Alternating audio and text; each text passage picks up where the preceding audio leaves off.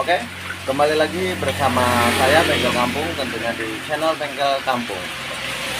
Kali ini kita akan membahas tentang sok depan ya, sok depan motor. Adapun motornya motor matic ataupun motor gigi ya, termasuknya kalau di kampung itu motor gigi.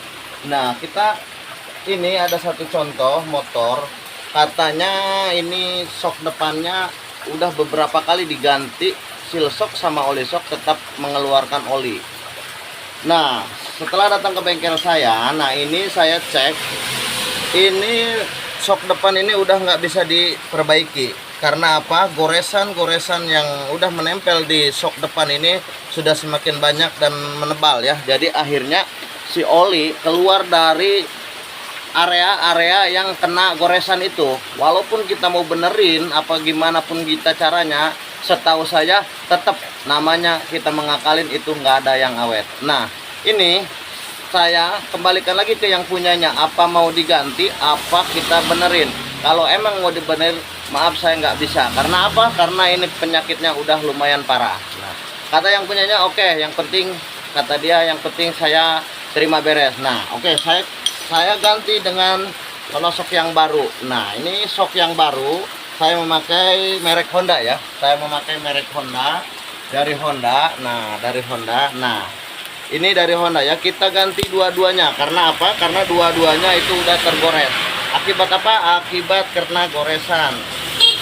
Musim penghujan seperti sekarang, kalau kita emang nggak rajin, kita nggak rajin menyuci, kadang-kadang kita motor setelah dipakai keluar dari rumah, masuk ke rumah, tidak tahu ada pasir apa ada tanah di sini. Nah, besoknya kita pakai. Setelah kita pakai, goresan-goresan di sini itu menempel pasir, akhirnya tadinya monosok kita sepermulus seperti ini, akhirnya kena goresan, timbullah oli yang mengeluarkan dari shock depan. Nah, bagaimana caranya tutorial untuk memasang? Nah, ini untuk cara memasang saya Bengkel Kampung ya, tapi masing-masing bengkel masing-masing cara ya, masing-masing cara. Nah, kalau untuk saya cara memasang shock depan, mau ini seal shock yang bagus, mau seal shock ini ibaratnya yang biasa, kembali lagi ke cara pemasangan. Kalau saya cara pemasangan seal shock ini, saya tetap ini digunakan, kita dipotong ya.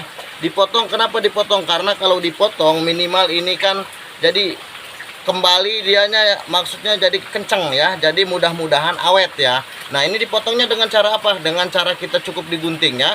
Digunting itu terserah kita, mau seberapa banyak kita gunting, mau seberapa banyak kita ibaratnya potong, itu tergantung kita. Nah, setelah kita digunting, nah kita pasang kembali. Nah, kita pasang kembali. Nah, kita pasang kembali ini. Nah, setelah kita pasang kembali, kita pasangkan. Nah, pasangkan ininya ke sini. Nah, bagaimana yang atas? Nah, untuk yang atas bisa dipotong, bisa enggak. Nah, kali ini saya enggak. Karena apa? Karena ininya baru. Kalau emang kita dua-duanya dipotong, bisa nantinya agak keras. Nah, kenapa saya potong satu? Karena ininya baru. Tapi kalau emang ini misalkan bekas, ini tidak diganti, lebih bagus kita potong yang atas sama yang bawah. Biar apa? Biar kencang. Nah, oke, itu cara pemasangan saya. Kurang lebihnya saya mohon maaf. Namanya Bengkel Kampung, kita banyak kekurangan, tidak ada yang sempurna. Kesempurnaan itu hanyalah milik Allah. Terima kasih. Sekian, sampai jumpa di lain waktu.